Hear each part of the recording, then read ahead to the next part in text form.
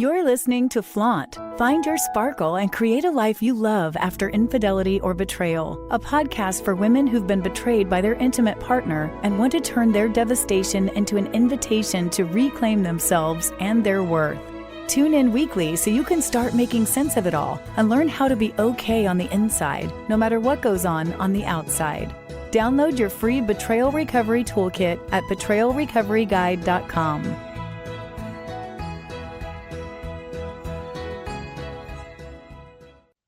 Have you ever wondered what is worse, an emotional affair or a physical affair? Today, we are going to talk about the differences between the emotional and the physical affair. And the reason this matters is because there's different healing required for each. So if you've ever wondered which one was worse, or why you're having such a hard time recovering, then stick around. Today is the show for you. I also want to start with the reminder that if you haven't done so already, to please review this show.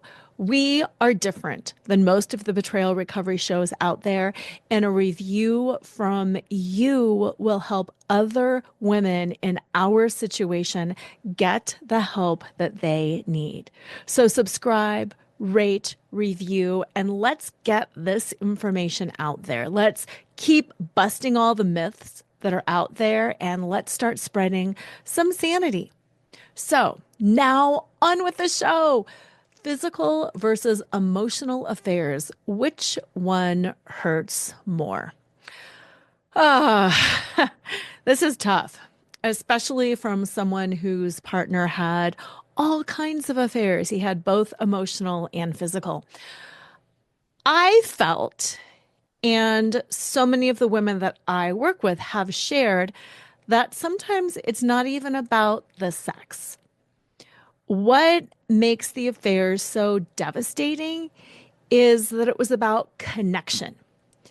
It was about a secret that they weren't privy to.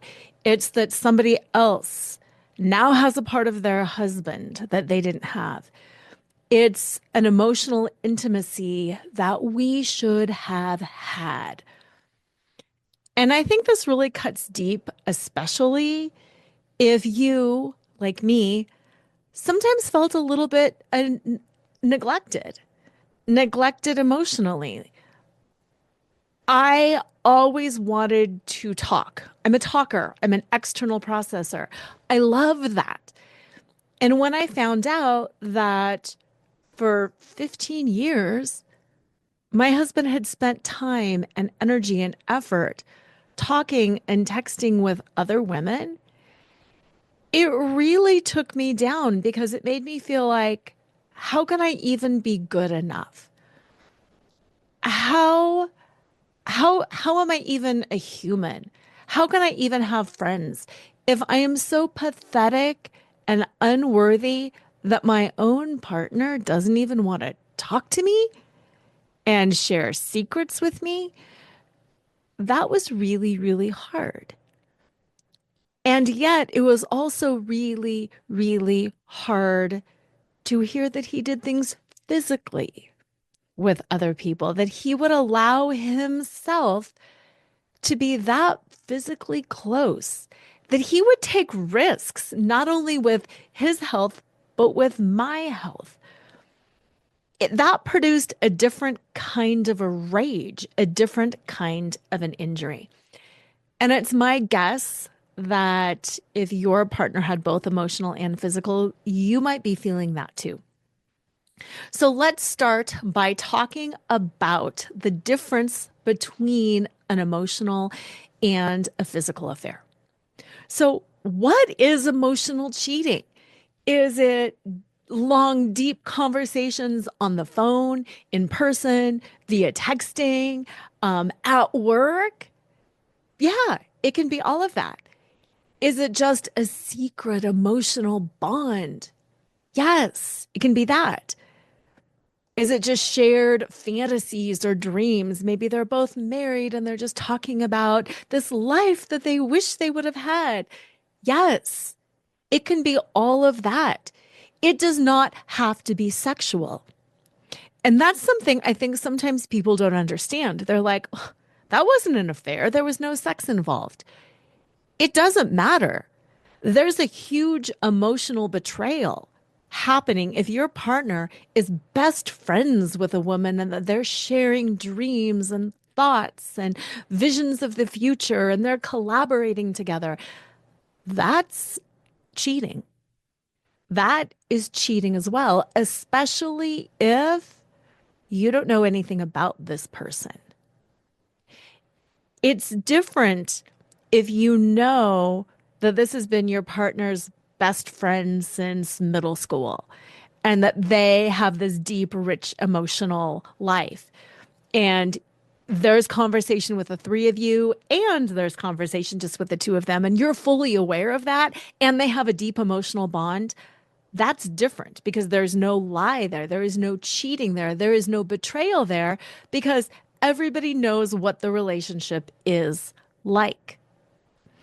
And sometimes in affair recovery, sometimes the couples that I'll see, that's one of the excuses that gets thrown out there. Well, she has male friends too. Really? You know about them. They come to your house for dinner. Sometimes it's the three of you. Sometimes it's the two of you. She tells you what happened with her best male friend at work.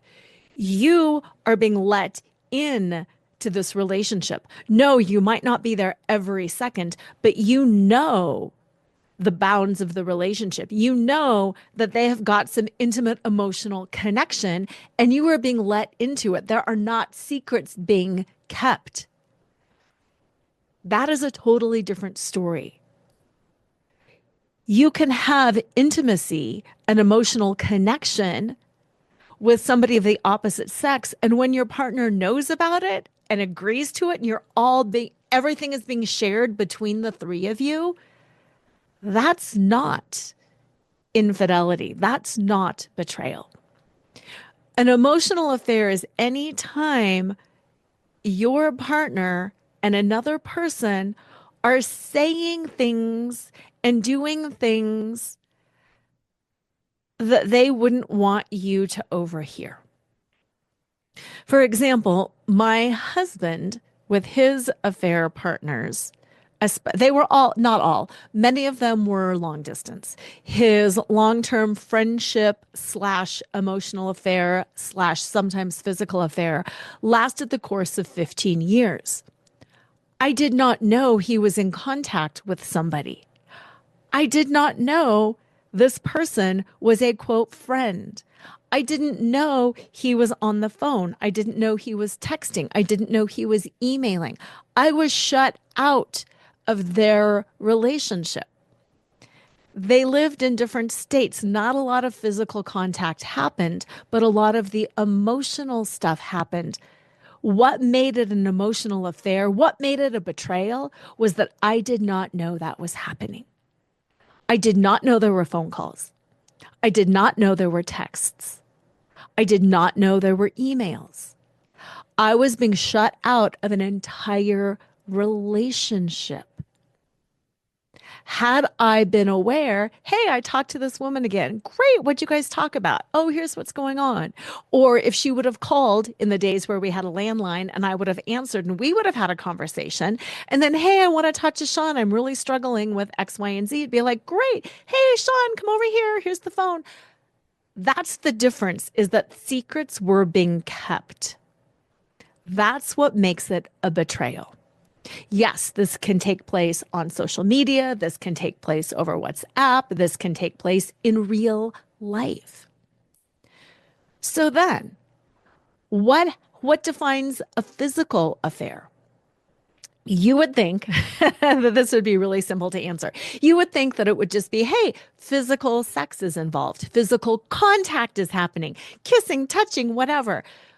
But actually, not always.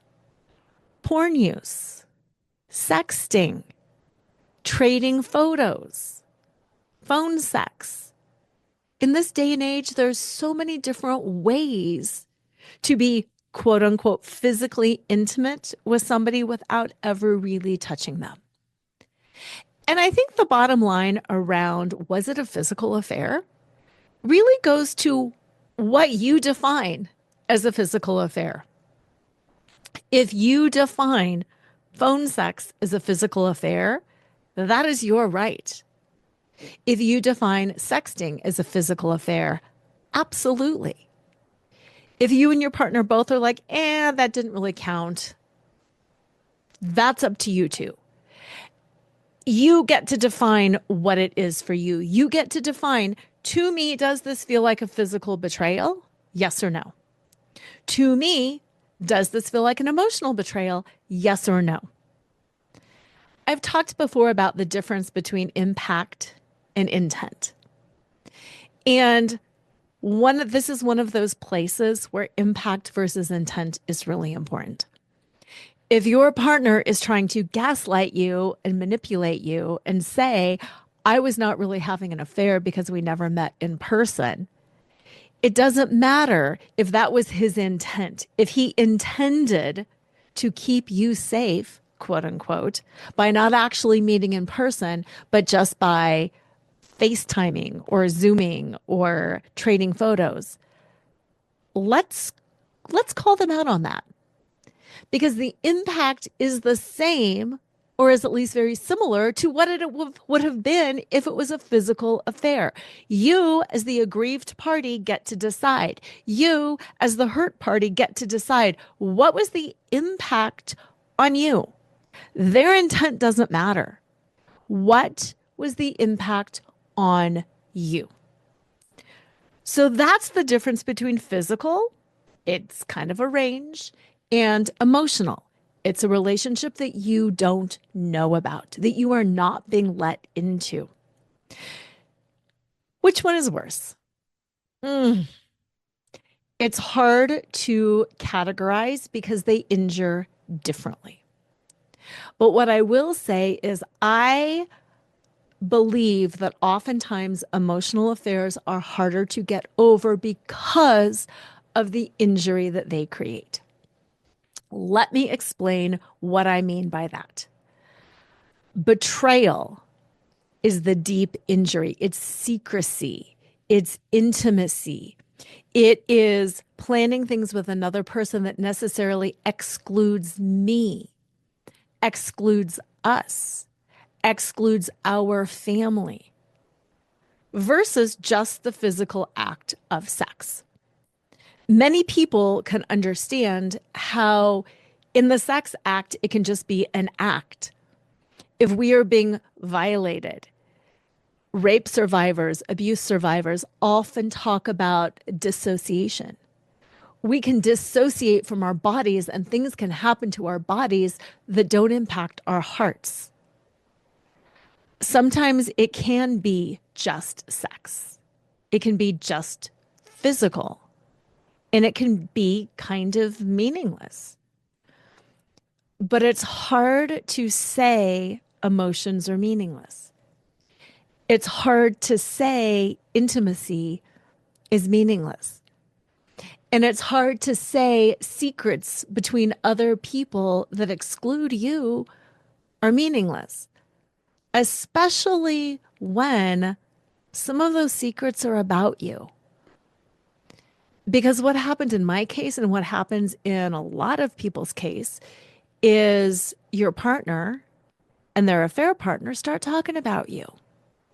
They start talking about you behind your back. And then your partner goes with all of these stories, and the affair partner validates and sympathizes and, oh, I would never treat you like that. And this whole character persona of you is built up that you never have a chance to see or defend. So then your husband, your partner, starts building this image of you, not only in the mind of the affair partner, but in his own mind as well. And this is all done as a justification and as an excuse. He is probably not going to the affair partner with a fair and valid assessment of the struggles that you're going through. He is coloring everything in his favor And her job is not to be fair and impartial. Her job is to build him up and validate, and oh, you poor thing, and what a horrible woman she is. And then that gets fed back to him, and then it increases his image of you. And over time, you become the enemy. You become the wrong one. And then in his mind, it's built up. It just gets worse and worse. She is in the wrong. She is cold. She is uncaring. She is whatever it is. And you never have the chance, not necessarily to defend yourself, although that is part of it, but you also never just have the chance to interject your presence and to have people see you as you are. So it starts creating this false narrative in your partner's mind about who you are. That's why so many people will say, looking back, they knew something was going on. Their partner was argumentative. Their partner was cold. Their partner was just had all these wrong ideas about them. They're like, what the heck is going on? That happened with me too. My husband would come home and I'd think, wow, it must have been a bad day at work because he is just finding fault with me in everything that I do and everything that I say, and I haven't done anything. In hindsight, he was out talking to the affair partner and they were both spinning it up. She was spinning up all of these things about how bad I was, about all the things I did wrong. And he was being validated and felt great being validated because everything he said about me was amplified by her. So then he would come home with this big amplified version about how evil and stupid and bad and awful and neglectful and all of the things that I was. And then I was always feeling like, why do I have to defend myself? Shouldn't he know who I am? Isn't he the closest person in my life? Wow. Why does he not know me? Why does he not know me? So that's why so often emotional affairs are harder to get through, because there is that piece of intimacy that you should have had that you didn't have. And it also created such a difficulty for you because suddenly you're not being seen for who you are. And then there's that horror, just that normal horror of, oh my God, people were talking about me behind my back and they were saying things that were absolutely not true. And I can't even stand up and either defend myself or share my side of the story. At least this is completely one-sided and unfair. So the injury around that is really to the identity and to our sense of worth and value. Why am I not seen? Why am I not known? If you saw me or knew me, of course you'd love me because I'm a really good person and I'm trying really hard. And how can you be such a bad person? How could you be such a gossip about your own wife? And I think especially as women, going back to little girlhood and the pain of gossip and the pain of being excluded and the pain of being judged, one of the injuries that women have is that huge fear of judgment. We are terrified of being judged. The media, society, it breeds this fear of being judged in women. What will people think? You don't want to wear that. What will people think? Oh my God, if you dress like that, people are going to treat you this way.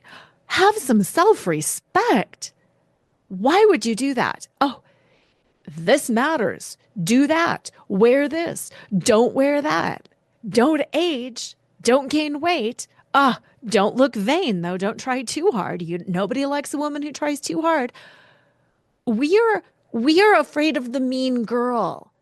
We are afraid of judgment. We're afraid of being whatever it is, the bad girl, the dumb one, the ugly one, the slutty one.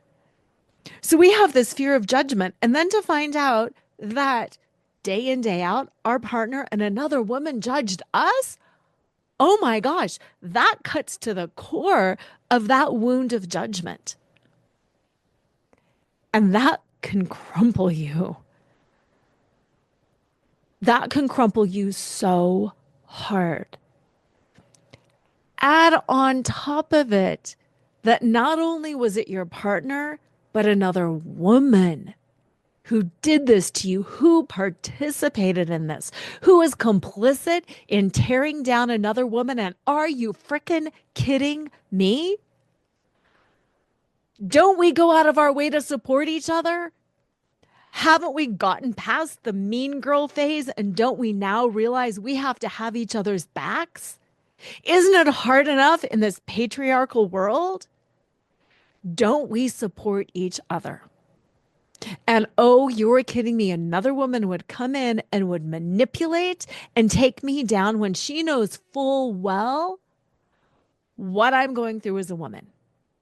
Huge violation of woman code, huge violation of that sisterhood, huge violation that a woman would do that to another woman. And that is another one of those injuries in the whole emotional part of the affair. And yes, I get that that injury is there too in the physical part of the affair, but for some reason, it doesn't hit as hard that way. For some reason, this hits on the emotional level harder than on the physical level because we want to trust other women. We know men can be scary.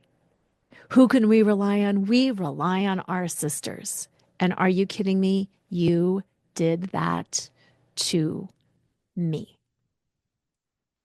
So for those reasons, I really feel like emotional can oftentimes hit harder and be more painful. Not that getting over the physical part is easy either. That's hard too.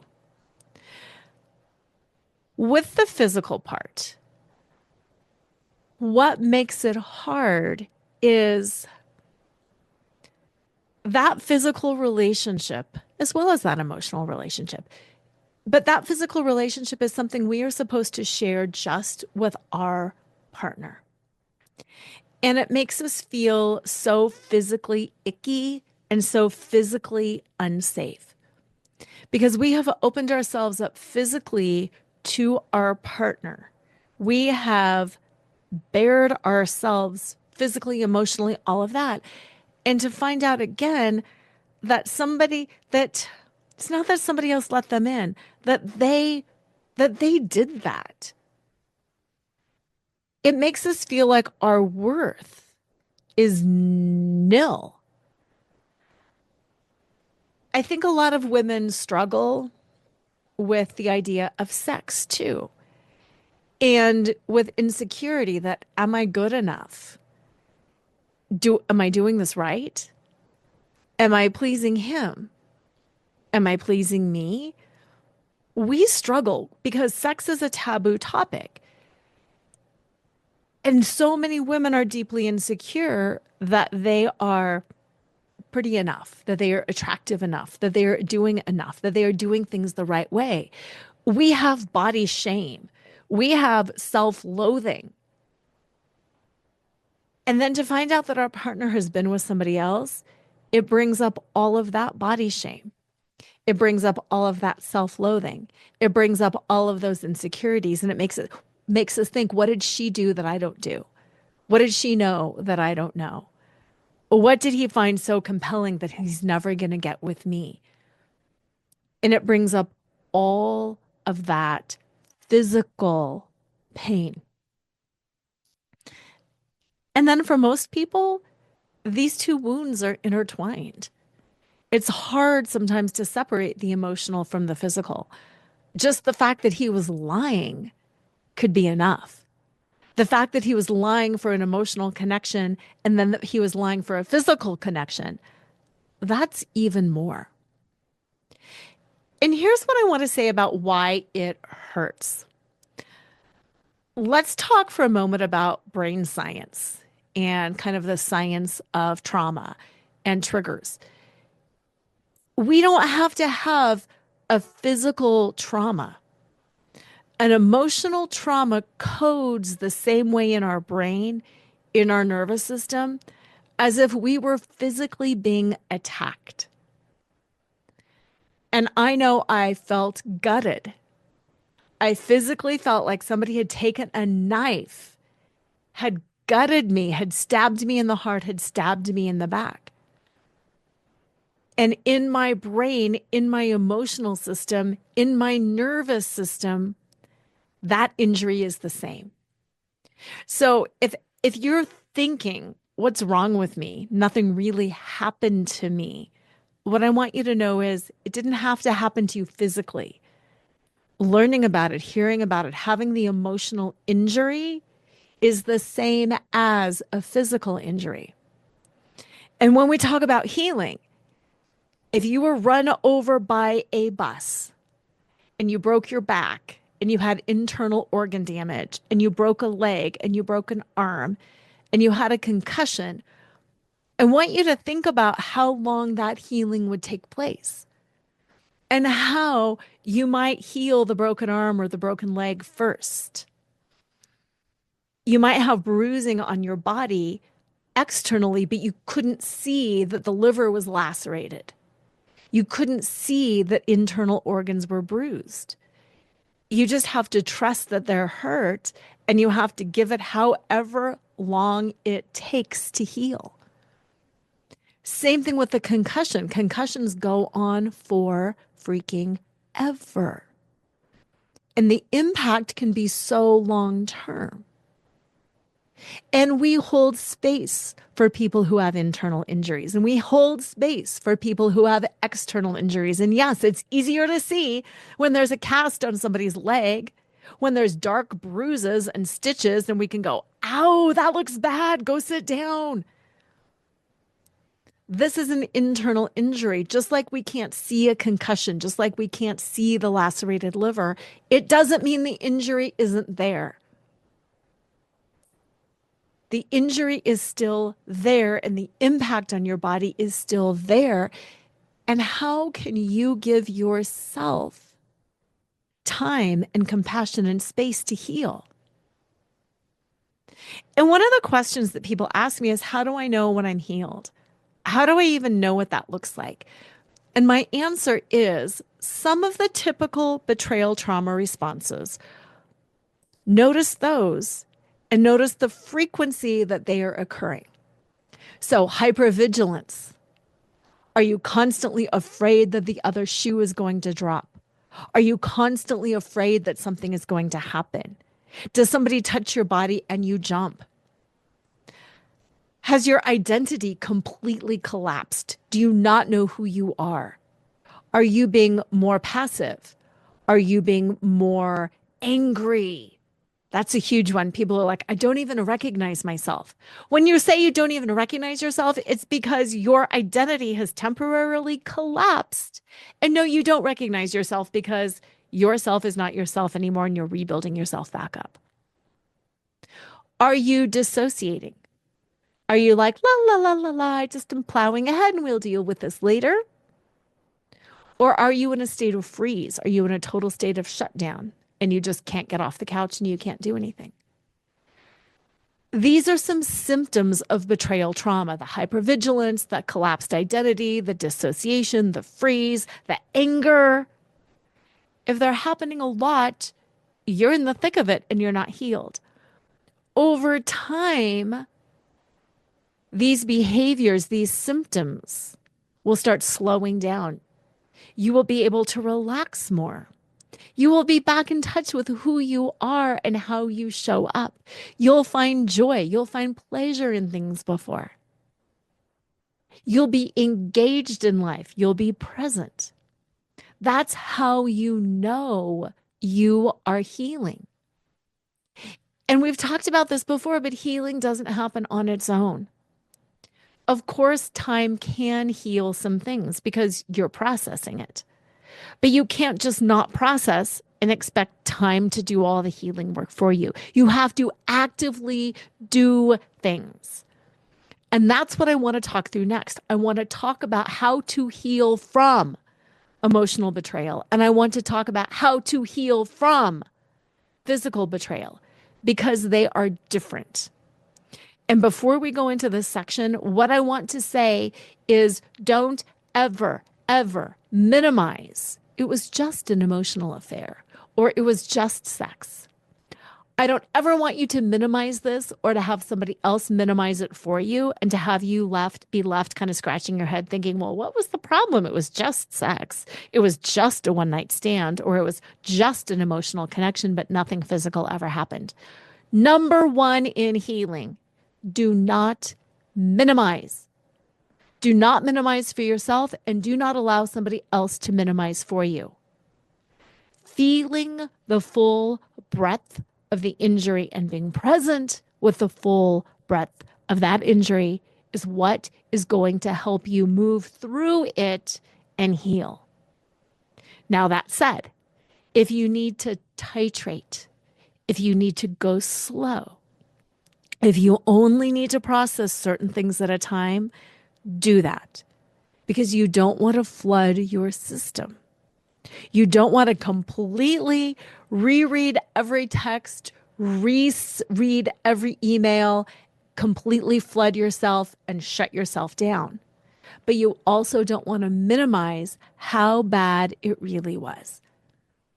I know in my case, there were some things that I knew. I mean, even in the moment, I knew I can't deal with that right now. I absolutely cannot even think about that right now. Right now, I have to deal with figuring out, coming to terms with the fact that this happened. This happened to me. This happened in my life. That is so unfair. I'm good and I'm kind and we have a special relationship and we are really bonded. How could this happen to me? My very first layer of healing was trying to figure out how the heck this could happen to me in my life, in my marriage.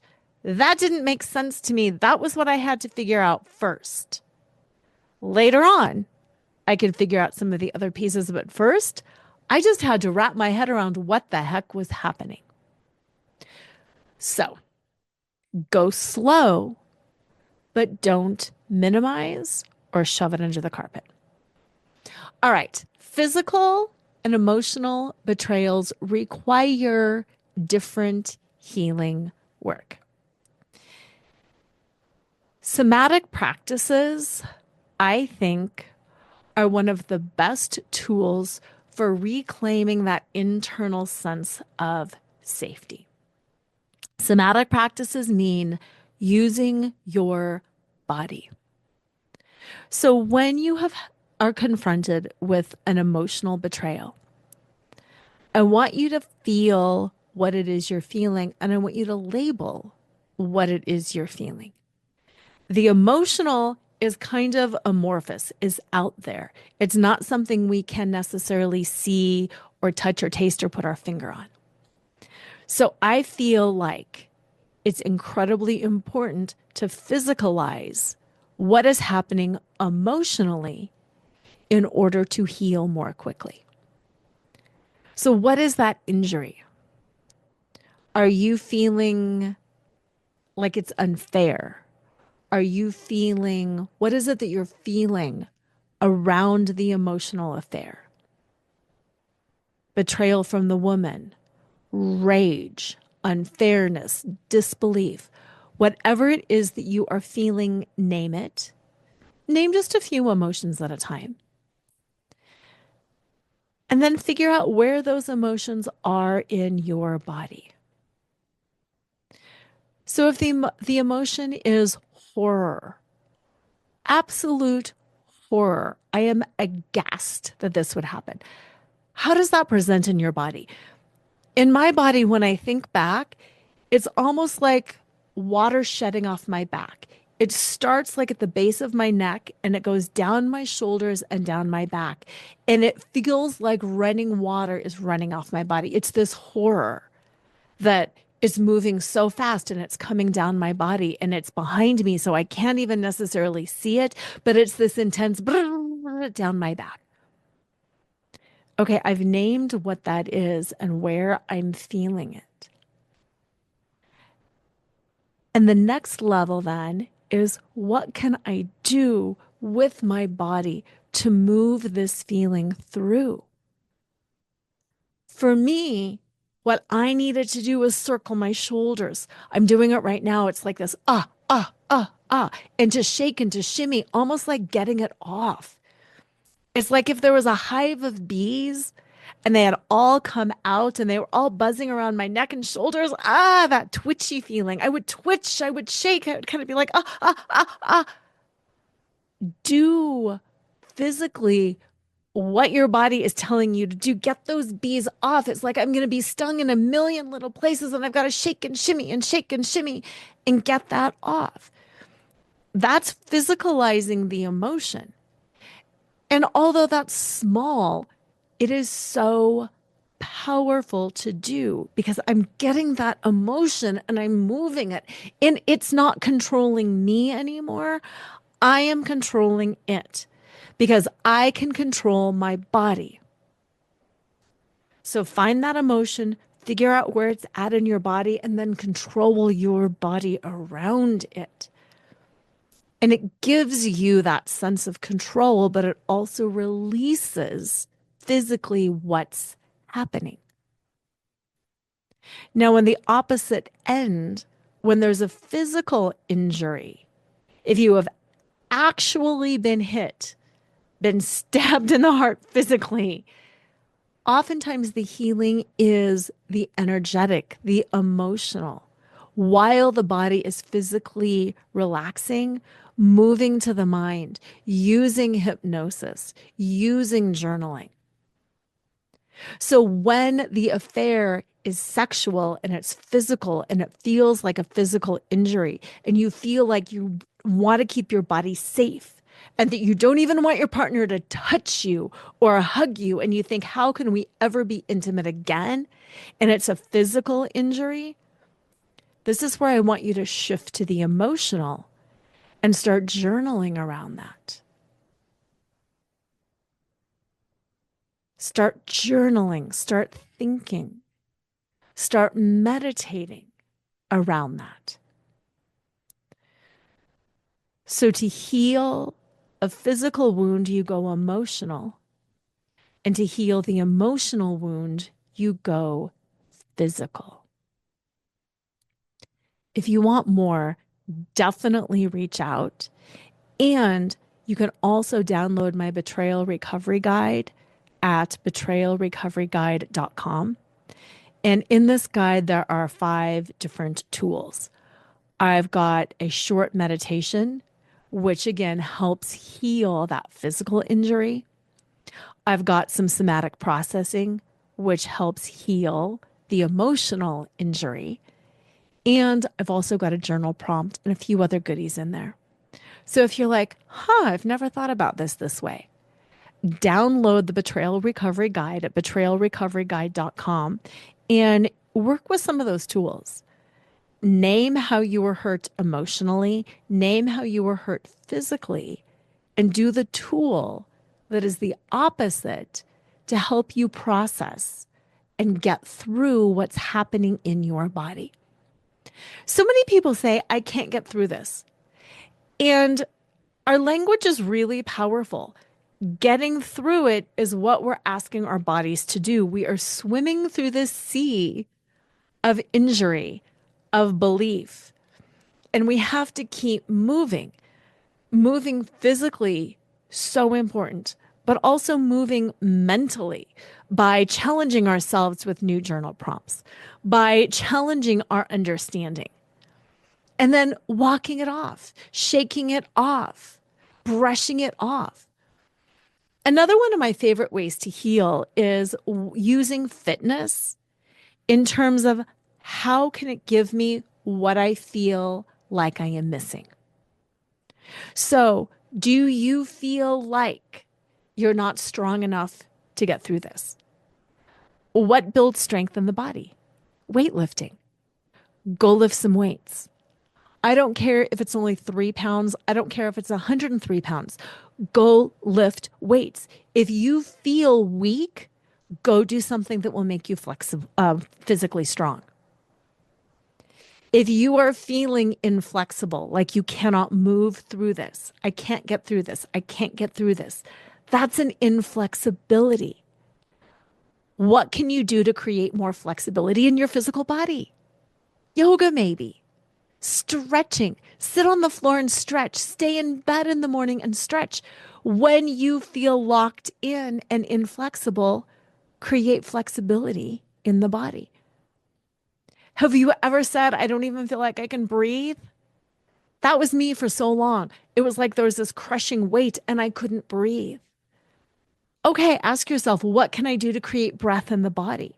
Can I do big, full body breaths where I'm reaching up and then exhaling and folding forward? Can I do breath work? If it's not happening, how can you create it physically? That is what healing is all about. That is what moving through this is all about. So if you're saying, I can't move through it, choose what it is you need to move through and do that thing in your body. Okay, lastly, in healing from an emotional affair and or a physical affair, it's really important to address the soul, the connection with ourselves. Infidelity is a relational wound because it impacts us and our partner. Our relationship has been ruptured by their behavior. Yes, I get that. But what is really the most damaging is when our relationship with ourself is damaged, when our relationship with our soul is damaged. And one of the biggest mistakes that people make is seeking marital help first. Our marriage is in trouble, we're going to get marriage counseling. Big mistake. Yes, you can do that. But the number one place to turn is to the relationship with yourself. The self is always primary. And when somebody cheats on us, it ruptures our relationship with ourself. And we disconnect from ourselves because we're in fear, we're in trauma, and suddenly we think, I am not safe. Not only am I not safe from this person, I'm not safe to be in my own body because I can't trust my own intuition. I clearly trusted the wrong person and I am not safe, and it ruptures our view with ourselves. I can't trust anybody else because I can't even trust myself because look at what happened. I made the worst mistake. How could I have trusted it? How could I not know? How many of you have said, how could I not know? When you say, how could I not know? It is evidence that your relationship with yourself is being ruptured. So the first place to turn, the first thing to heal is the relationship with yourself. It's not about your partner and the relationship with each other. It's about the relationship with yourself. And until you repair, rebuild, re-see with new eyes the relationship with yourself, there is no way you can even start to rebuilding the relationship with your partner. Few things around that.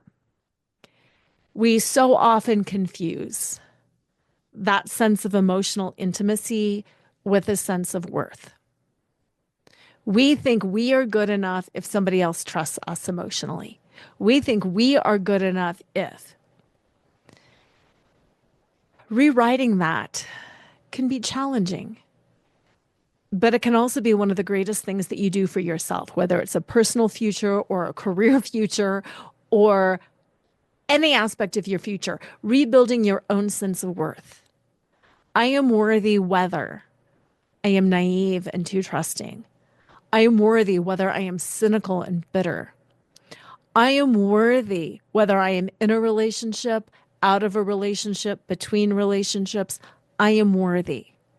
I am worthy whether I've made all the mistakes or none of the mistakes. I am worthy whether I was egotistical and arrogant and self-centered or whether I was a complete overgiving doormat martyr. I am still worthy. So rebuilding that sense of self and that sense of worth is one of the first places to begin. Here's a journal prompt that I want you to write down and work on. What did I lose? What did I lose when I lost emotional connection with myself? What did I lose when I lost emotional connection with myself? And then, what did I lose when I lost emotional connection with my partner? And these are kind of head scratchers. I'm not going to lie. They're kind of head scratchers. When we lose emotional connection with ourselves, we are unmoored, we are unanchored. When we lose emotional connection with our partner, did you go deeper into yourself and connect more fully with yourself? Did you unmoor even further? The reason I'm asking both of these is it's important to start determining and ascertaining how connected are we to ourselves. We all lose connection with ourselves. That's okay. What matters is how soon we come back home to ourselves and repair our own connection. So when things are falling apart with your partner, did they fall apart more with you and everything fell apart? Or when things fell apart with your partner, were you more grounded and anchored in yourself? These questions bring up a lot, and it's not like there are right or wrong answers. Just notice what happens when I lose connection with myself and what happens when I lose connection with others. Reconnecting and rebuilding your own emotional depth before rebuilding with a partner is what matters. And again, there's no right and there's no wrong. This is about noticing patterns in yourself, because when you know the patterns within yourself, then if you need a pattern interrupt, you know when and where to bring in a pattern interrupt. For most people, for many women, for myself included, we have a tendency to self-abandon. And sometimes people are like, I don't even know what self-abandon means. How that showed up in my marriage, how that showed up in my life is if somebody else was angry or stressed or disconnected, I would try to fix it because I'm good and I'm kind, right? I would take care of them. I will make you your favorite dinner. I will sit here and listen. I will smile. I will walk away and give you your space. I will kind of fly into some sort of action to help you manage your emotions. Now, the subtext of that is because you can't manage them yourself. That's not really healthy. Or because you won't love me unless I manage your emotions. Yikes, that's a transactional relationship. Or because if I don't do this, you just won't love me at all because I have no worth other than being at your beck and call and taking care of things. That's an icky one too. And in any of those scenarios, what I want you to notice is, where are you? If somebody comes home and they're having a really, really, really bad day and your cup is really, really, really full and you have capacity to help and you love this person and you want to partner with them and help, yay, you can help. That's awesome. But where's your boundary? If that person comes home and they've had a really, really bad day and you've had a really, really, really bad day, are you draining yourself further? Are you putting on a false smile? How are you abandoning your needs? How in those moments can you show up and say something like, here's what I need. Here's what I need. Here's what you need. How do we make this work? And then ultimately, how can I meet my own needs? How can I go take care of myself? Maybe I need to step away and go have a bubble bath and I can meet your needs in an hour. But right now, I can't. How can you not self-abandon in service of partners, parents, kids, careers, neighbors, families? Oh my God, what will people think? How can you always show up and meet yourself first? In last week's show, we talked a lot about the biggest reason people cheat is pain. Pain because they've got a lot of pain and they don't know how to meet themselves and they don't know how to care for themselves. So they externalize and they use cheating as a tool to make themselves feel better and to give them the validation that they are craving. And it kind of creates this downward spiral, this self-fulfilling prophecy where the more they cheat, the worse they feel about themselves. The worse they feel about themselves, the more they quote need to cheat to start feeling better about themselves. It's the same pattern here. Even though you and I aren't cheaters, even though that is not in our vocabulary, even though that is not a tool we will use, we are still using tools. And one tool is not really better than another tool on the maladaptive side of things, whether it's cheating, whether it's gambling, whether it's drinking, whether it's self-medicating in some other form, whether it's online shopping, whether it is overworking out. A maladaptive coping mechanism is still maladaptive. It's not that I'm superior to you because I online shop and you cheat. I get there's different arguments around that, but they still hurt other people in different ways. And it's not about who has the healthiest of the maladaptive coping mechanisms. It's about who can move into true authenticity and power and be vulnerable enough and courageous enough to identify what we're feeling, to face ourselves, to not run and hide, to not abandon ourselves, and to show up fully from a place of power and presence for ourselves in service of first ourself, but then in meeting the needs of our beloved as well, in caring for our children and our communities and our families and our whole world. It's coming back home to that beautiful relationship with yourself and your heart and your soul so that you can flourish and allow everybody else to flourish and rise with you. That's what this is all about. If you need help, go to betrayalrecoveryguide.com. Start there.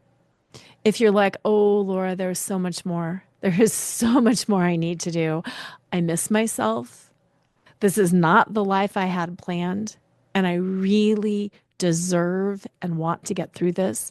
Then reach out. We can coach one-on-one for as many or as few sessions as you want.